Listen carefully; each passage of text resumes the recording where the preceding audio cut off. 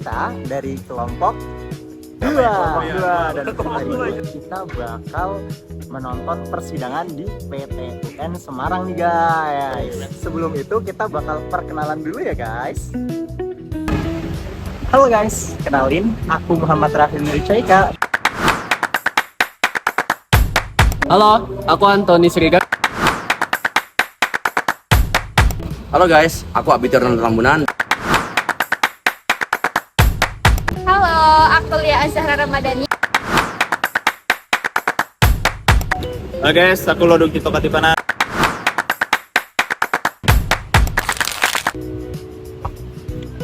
Nah, kami telah menghadiri dan menyaksikan persidangan perkara nomor 60-G-2025-PTUN Semarang yang berlangsung pada hari Rabu tanggal 29 Oktober 2025 pukul 1 di Pengadilan Tata Usaha Negara Semarang nih. Perkara dalam persidangan ini terkait sengketa tanah dengan SHM nomor 00534 Garing Desa Sendang tanggal 8 Februari 2022 seluas kurang lebih 4.464 meter persegi atas nama Bondan Wandomo Aji. Kemudian para pihak yang bersengketa ada Yosea Emmanuel sebagai penggugat dan Kepala Kantor Pertanahan Kabupaten Wonogiri sebagai tergugat. Persidangan ini dipimpin oleh satu hakim ketua, dua hakim anggota, dan satu panitera. Setelah hakim menyatakan sidang dibuka dan terbuka untuk umum, ketua majelis membacakan agenda sidang, yaitu penambahan bukti surat. Namun, pada saat sidang berlangsung, majelis hakim kemudian mengalihkan pembahasan sidang menjadi penetapan jadwal pemeriksaan setempat serta persyaratan administratif yang harus dipenuhi oleh para pihak. Hakim meminta tergugat untuk membuat surat pengembalian batas tanah yang akan diberikan kepada penggugat sebagai salah satu dokumen pendukung untuk pemeriksaan setempat. Kemudian penggugat juga meminta salinan resmi surat dari pengadilan untuk pengajuan permohonan pengukuran tanah sesuai pasal 74A ayat 2 Permen APR BPN nomor 16 tahun 2021. Menanggapi hal tersebut, majelis hakim menyatakan akan menerbitkan surat panggilan atau rewas kepada juru ukur agar hadir dalam melakukan pengukuran saat pemeriksaan setempat. Kemudian hasil dari pengukuran tersebut nantinya akan dituangkan dalam berita acara dan menjadi bagian dari alat bukti dalam proses peradilan. Selama persidangan, majelis hakim tampak aktif mengarahkan proses dan memberikan penjelasan saat para pihak itu mengalami kebingungan mengenai dokumen dan langkah administratif apa yang harus dipenuhi. Persidangan telah berlangsung secara tertib, tidak ada sikap tidak kooperatif dari para pihak, dan majelis hakim mampu menjaga dinamika persidangan tetap sesuai dengan kaidah hukum acara itu sendiri. Pada akhir persidangan, majelis menetapkan bahwa sidang berikutnya itu akan dilaksanakan pada 10 November 2025 pukul 10 dengan agenda yaitu pemeriksaan setempat di Wonogiri. Setelah agenda tersebut disepakati oleh para pihak, kemudian persidangan ditutup oleh ketua majelis.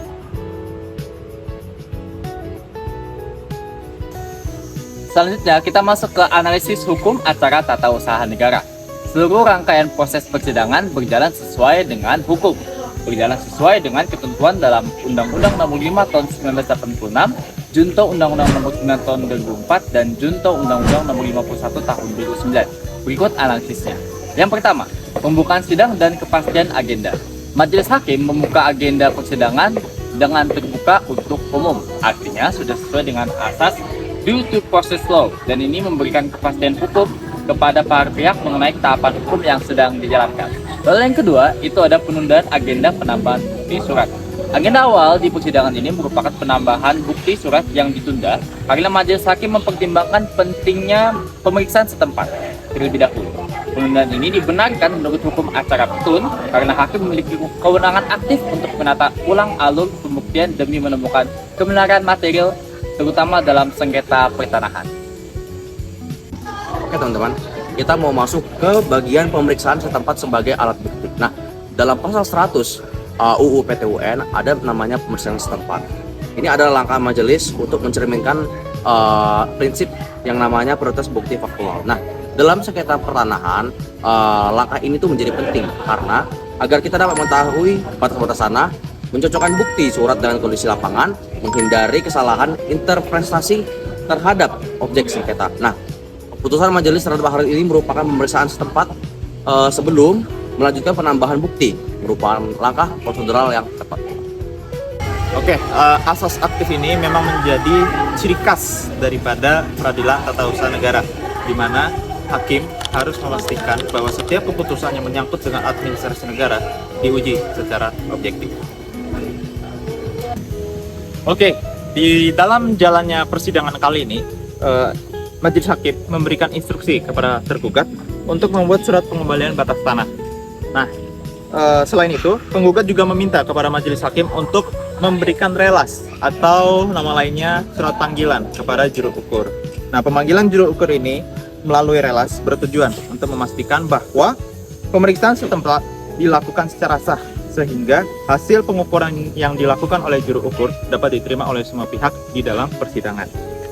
Pemanggilan juru ukur ini juga merupakan perwujudan daripada asas hakim aktif sebagaimana yang tertera di pasal 85 Undang-Undang PTUN, di mana hakim tidak hanya menunggu bukti dari para pihak yang berperkara, namun juga mengarahkan dan memimpin persidangan dalam rangka mencari kebenaran material dalam satu sengketa. Sidang berlangsung secara tertib. Para pihak kooperatif, majelis hakim menjaga netralitas serta profesionalitas. Hal ini menunjukkan penerapan asas imparsialitas, sederhana, cepat, dan biaya ringan benar-benar terwujud dalam persidangan kali ini. Karena majelis tidak mempersulit para pihak dan segera menentukan langkah teknis untuk pemeriksaan berikutnya.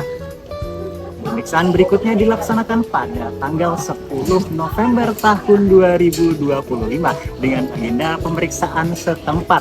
Pemeriksaan setempat adalah di mana majelis hakim langsung meninjau objek sengketa di Kabupaten Wonogiri.